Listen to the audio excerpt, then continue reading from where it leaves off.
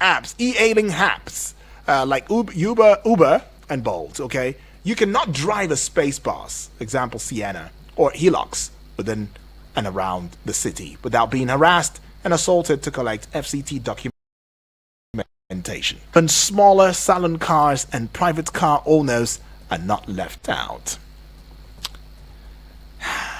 And the FCT administrations are not saying anything about this. Maybe because the FCT administration is also complicit. Have you ever thought about that? Maybe they're also getting revenue from these guys. Because if not, without even letting the general public know. That's the point. You That's let the them point. know what they're levied for. That's why we're calling them out now. I never thought this conversation was gonna get to this, Lord. Please, I just thought about anybody, somebody, and everybody, and look at where we're going with this. But I mean, it's important that we talk Seriously about important. this. It's all connected. Okay, actually. now you It's all did mention even funny GB. enough, engineer and I were talking about it this morning. Really? This morning. Wow. Coming from Banex, from Beggar to Area 1 is even a risk. My even goodness. okay, look at what GB said. Yeah. He dropped his wife. Children are behind. Yes. His wife and those ones, because they are illiterates. They're illiterate. They cannot be able to discern or know that if that's his wife or not. And there are kids behind the vehicle. You employed illiterates to do this job, and before they enter anything, you think that they are Boko BH boys because the way they jump into your car. So it's really annoying when you see things like this. Go to Area 1 in the afternoon, make the sun don't do those things, pass that side. Wow. How to be used, and this is the Federal Capital Territory. A couple of days back, Wike was at the settlement, talking to. They should come to Area 1. And funny enough, there's a police post about 5 minutes walk. Just close to the same place. Nothing is happening. What is happening? Police will say it's not the our job. The same place that they stopped Okada riders from London. Okada riders are close to the police post. This same police post, and you see police post putting their bench, sitting up by the container there. They'll tell you that police will tell you that, you know what, times are hard. These people have to survive. Well, that's why we are quiet, don't you think? When you put a law and a policy out, follow it. I think that's the problem with us in this country. You put a law, you put a policy, follow it. Adobe Okonkwo in Lagos, Nigeria. Somebody should be blamed. We need people to take responsibility for their actions. So she chose somebody. Chinedu Okorafor in New York. Thank you, Chinedu, by the way, USA. Everybody is to be blamed. We're all part of the problem. That's what he says. Well, we see you, Norma, all the way from Abuja here. Says anybody can be blamed, but it depends on the situation. So Norma is choosing anybody. Emeka Eze, all the way from London in the UK now, says nobody wants to take responsibility, so maybe nobody is to blame. Yeah, if nobody is taking responsibility, then it means nobody should be blamed. The situation and circumstances. We'll continue. Let's continue in it. I think that's what Emeka is saying. When the thing has really hit us, somebody will come out and say, "I'm sorry, it's my fault." I think that's where it's coming from. Very sarcastic right there. But yeah, let's see this one. Omolara Adeyemi in Port Harcourt is saying somebody should be blamed, but everybody needs to learn from their mistakes, narrowing it down to somebody. It has to be a somebody matter. Okay, so David from the USA, Atlanta precisely, everybody contributes to the problem, so everybody should be blamed. Oh, Mariam in Kano, anybody can make a mistake, but somebody needs to own up. Anybody can actually make a mistake. One of the callers that called in and said, I think Triple D said, people make mistakes. Mistakes you can't change, mister. I mean, it happens, right? But she's saying that somebody has to take responsibility, because anybody can make mistakes. Ibrahim Suleiman in Dubai, UAE now is saying nobody's perfect, but everybody can learn from their mistakes. So she's choosing everybody. Everybody should be blamed. I mean, Chika Odinaka. Okay, Chika Odinaka, I think so. Nwosu. Enugu State's Coal City says somebody should be blamed, but we all need to take responsibility. Still choosing somebody now. It seems as though it's between anybody, somebody. Actually, no, somebody and everybody is taking the lead in this very discourse this morning. Ogechi Nwankwo in Toronto, Canada, thank you, by the way, says it's hard to point anybody or somebody. Maybe everybody is to blame. Okay, so if we all distribute to a problem or contribute to a problem, Shouldn't we all take a responsibility? Everybody will take a responsibility. Everybody should take responsibility for the solution, right? Now, All right. while you were reading out the messages, Yeah. I decided to put you on the spot. Okay. And I'll ask you. Yes, In please. this context, Yeah. who is to be blamed? Who needs to be blamed? Yes, I'm asking you now. Each and every one no, of no, us. No, not this context to you. Yeah. Okay. Okay. Let me get The it. state of insecurity has persisted in this country for over 10 years, Mm-hmm. probably thereabouts. And in the Nigerian context, who is to be blamed for the state of insecurity? Who's to be blamed for the state of insecurity? Well, I would say that everybody should be blamed. Everybody should be blamed. Everybody should be blamed. So including you and I. You and I, yes. So We why- are all complicit. One way or the other, we have fueled that insecurity by our actions or inactions. And that's why there is a need for a national dialogue. Because this insecurity, Vicky, if you look at it critically, they are variables of insecurity. At one point, it was called farmer headers, which is of course changed now, because even the CDS has said there is nothing like farmer headers clash. It is the headers infiltrating, destroying the land or the crops of people who have not troubled you. They've not come on your path. They've not come on your way. So it is trouble. That's what you're looking for. That's what they call it. So no farmer headers clash. It is the herders who are invading the privacy. Right? Now, that's on the one side. Now we have the whole IPOB thing going on in the southeast, sit at home and all of that. It's a type of insecurity on its own as a result of agitations here and there. We've had secession. The Yoruba have called themselves the Yoruba Nation. If you remember, what's his name now? This guy that at some point they wanted to Sunday he go home. At some point went to Benin Republic. I mean, there's a lot.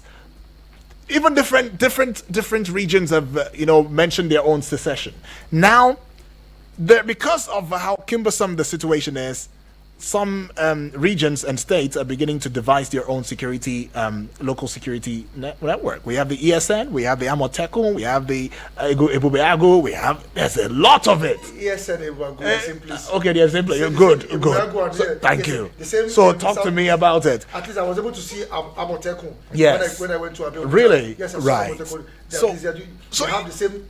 They have their vehicles. They have their machine, just like the and it will shock you that Amotekun are well equipped. They are well, compared to they are well equipped compared to the Nigerian police. Line in hand with the Nigerian police. Yeah, but there will still be a sense of superiority. Amotekun, you will see it. Of course, you still give it to even the way they carry themselves, yes. right? But are you giving it to the Nigerian police? I wouldn't even give it to Nigerian police. I'll give it to the Amotekuns. They're the ones who are still making things happen out there. They're the ones who are really securing the community because they know their community and they are from it. And remember, they are from.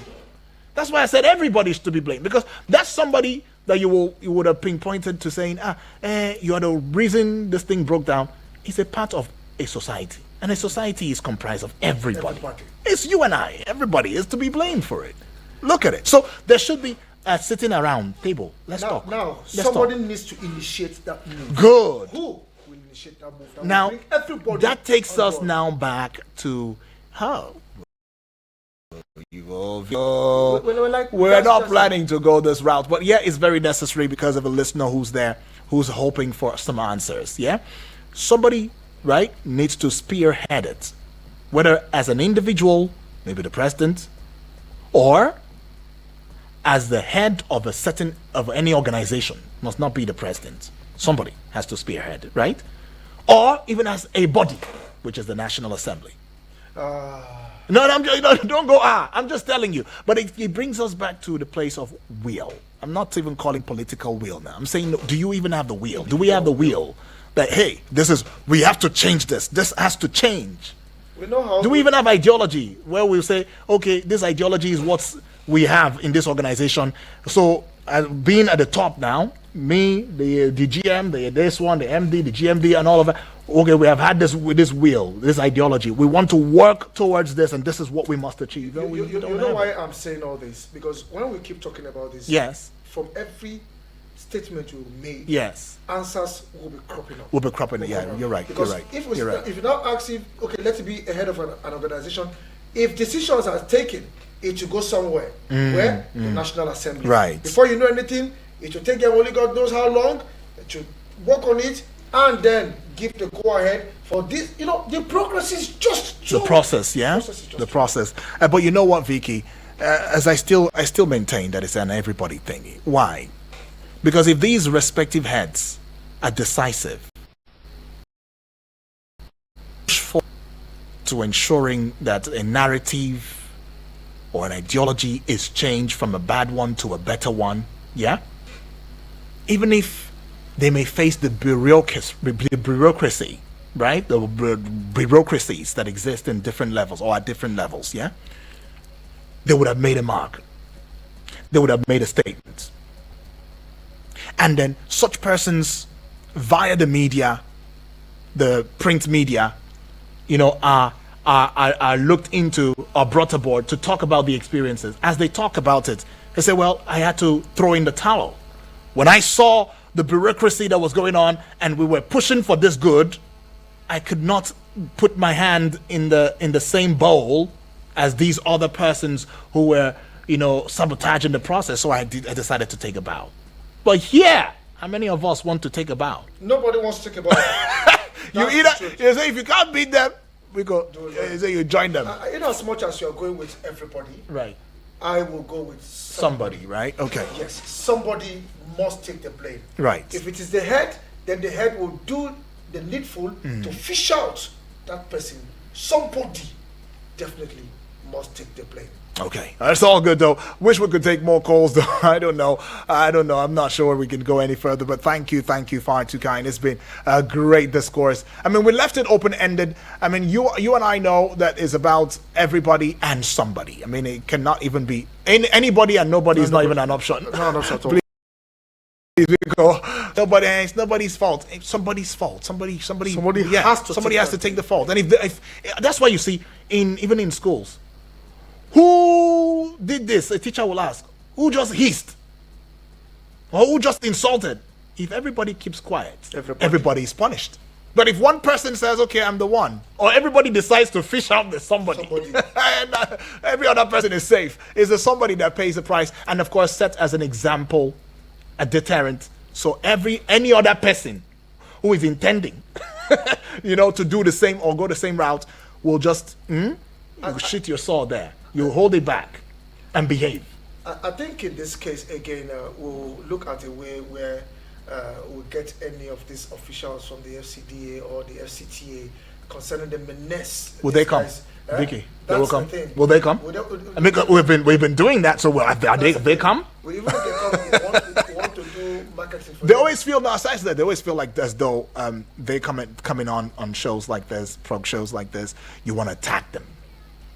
You want to attack them. But we're telling them the truth. if you have no fear, if you want to change, if you want to change truly, But if you do your job, we'll give you that's the one. praise. But secondly, I could also tell you something about Nigerians' attitude. They will still applaud you for showing up and taking all the blows. That is if you come out. If you will come out, that's the point. But you're not coming out. You're sitting in your high horse And listening. and in your glass house and saying that they've gone again, they're talking again about this thing. Everything will just calm down. Abba, is this not Nigeria? This is Nigeria. Yeah. And that's it. But further, since we can get all the those in charge, Yeah. We will keep talking about we'll it. put the blame on Wiki. Vicky, Because it's the only one that we can see. for now. At least for now. For now. Anyways, thanks. Well, Abuja Now is going to be coming up in a short bit at exactly 11:30. You best want to keep your ears out there. And yes, if you've got something going on in Abuja, this conversation, especially that part that has to do with the open defecation that's going on, and then of course the destruction of property here and there, and the animosity that certain people whom we do not even know if they're registered with the FCTA are causing in the society will be continued. And I'd like to also reach out to BB Blessing. Yeah, there was a story of BB Blessing gave me in the morning, right, or gave us in the morning rather, about a policeman who got crushed by a car and was left there to die.